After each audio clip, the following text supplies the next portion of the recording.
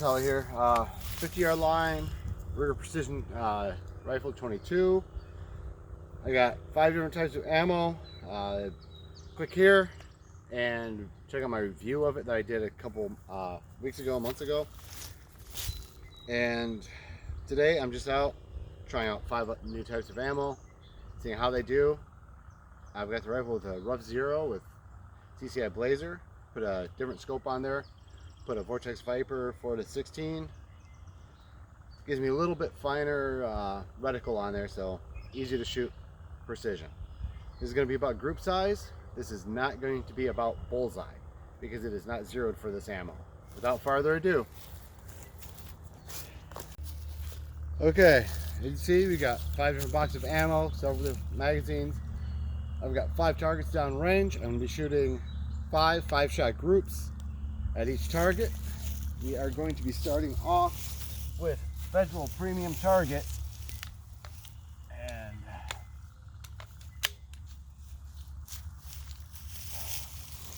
go line up.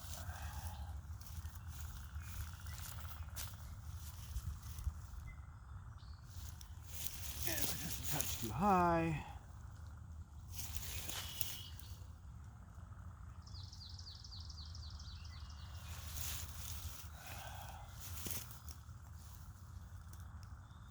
better.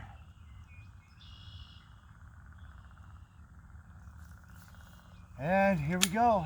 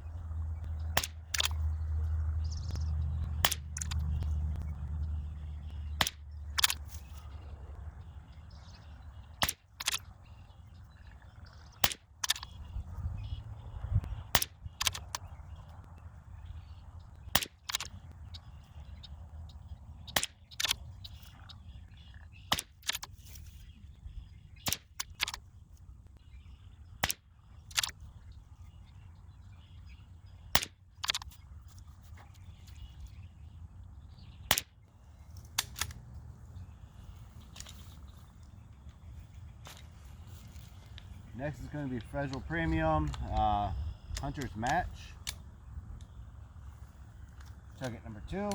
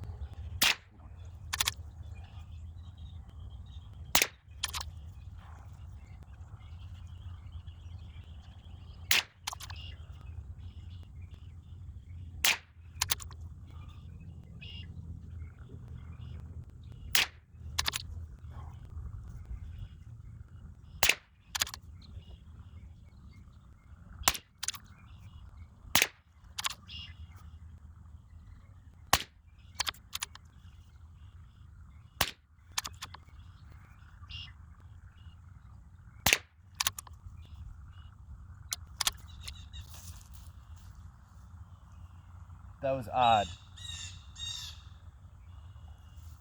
On that last group of 5, I had 3 of them that felt like they were much lower velocity, and they grouped very well together, but they definitely went out with the other 2. So that was kind of strange. Now we're on to the Aguila 22 Supermax, 30 grain. Should be a fairly high velocity round.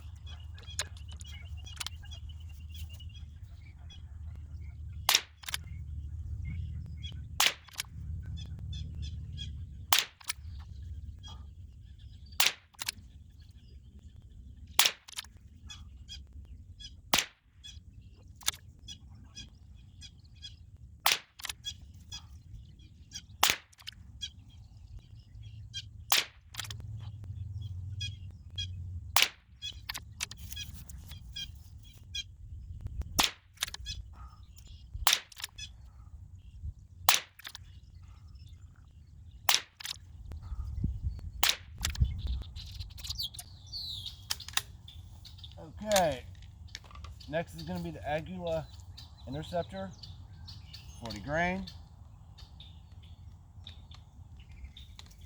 Hopefully this Butler Creek, kind of tight in here. See how she works.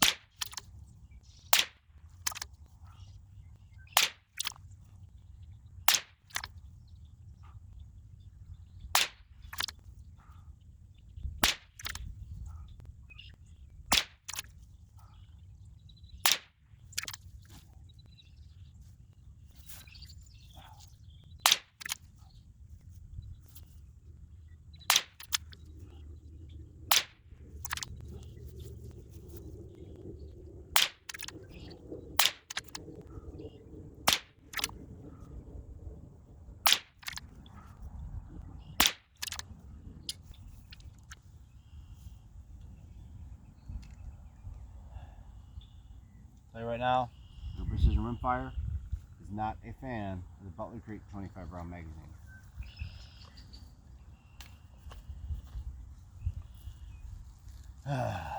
You wouldn't think laying down here on the floor, on the ground, would be so exhausting. But 150 rounds, just laying here. Gonna get your neck in a kink. But anyway, Aguila 22 Super Extra. I've got two 10 rounders and a 5 rounder. To complete this is our 5th final ammunition type.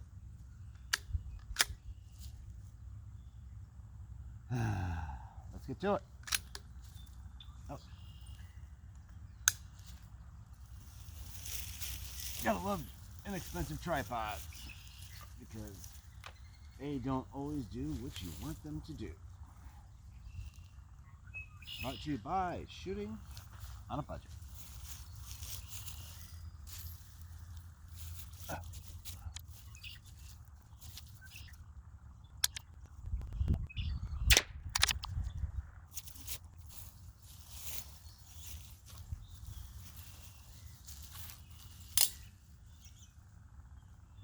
Oh, yay.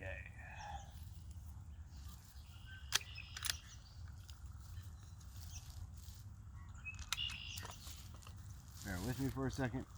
Technical difficulties. Load it.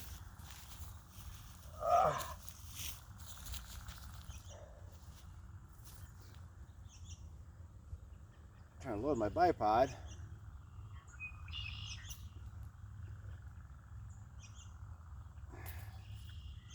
And it just ripped off the rail.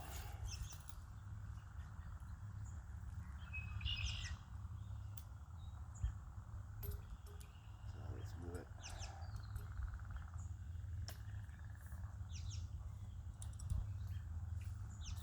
I guess I'm going to get a steel piece of M-LOK rail for this.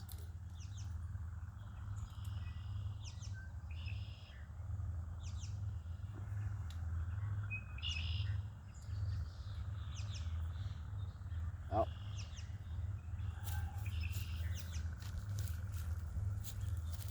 That wasn't tripod fault, that was the M-LOK rail fault.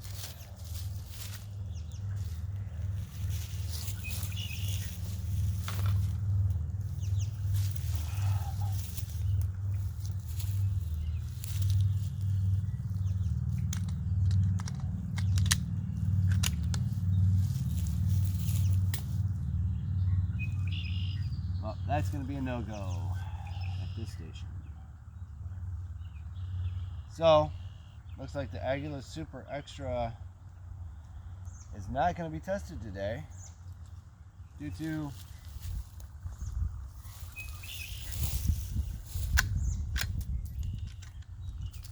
rail issues.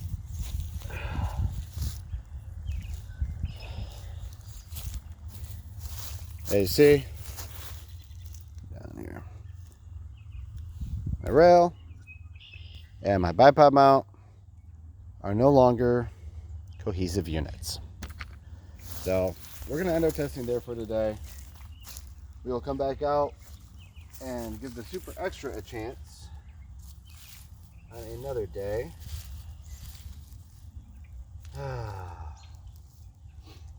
Gotta love technical difficulties.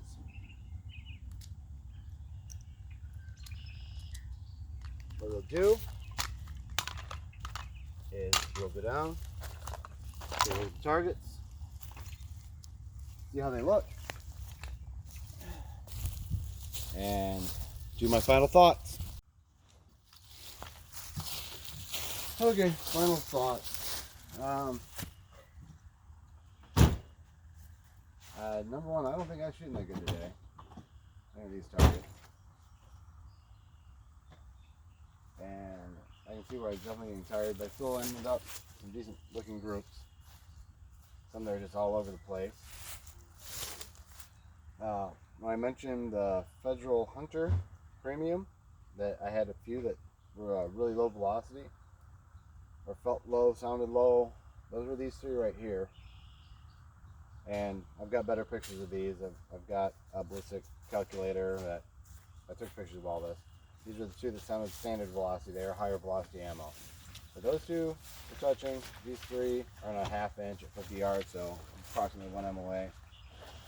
It was really strange to have a premium ammo have 3 rounds that were, you could feel that they were lower velocity, but still be that consistent. I really did not seem to care too much for the high velocity 30 grain. Some of these I know for a fact I pulled it, but it wasn't doing the greatest even when I wasn't pulling them. I don't know, none of those compared to the CCI that I used in the last video. So these definitely would not be my choices of ammunition so far. We'll give the Super Extra another chance once I get a new piece of rail for my Ruger Precision Rimfire. Once again, this is Howie. Thank you for watching and have a wonderful day.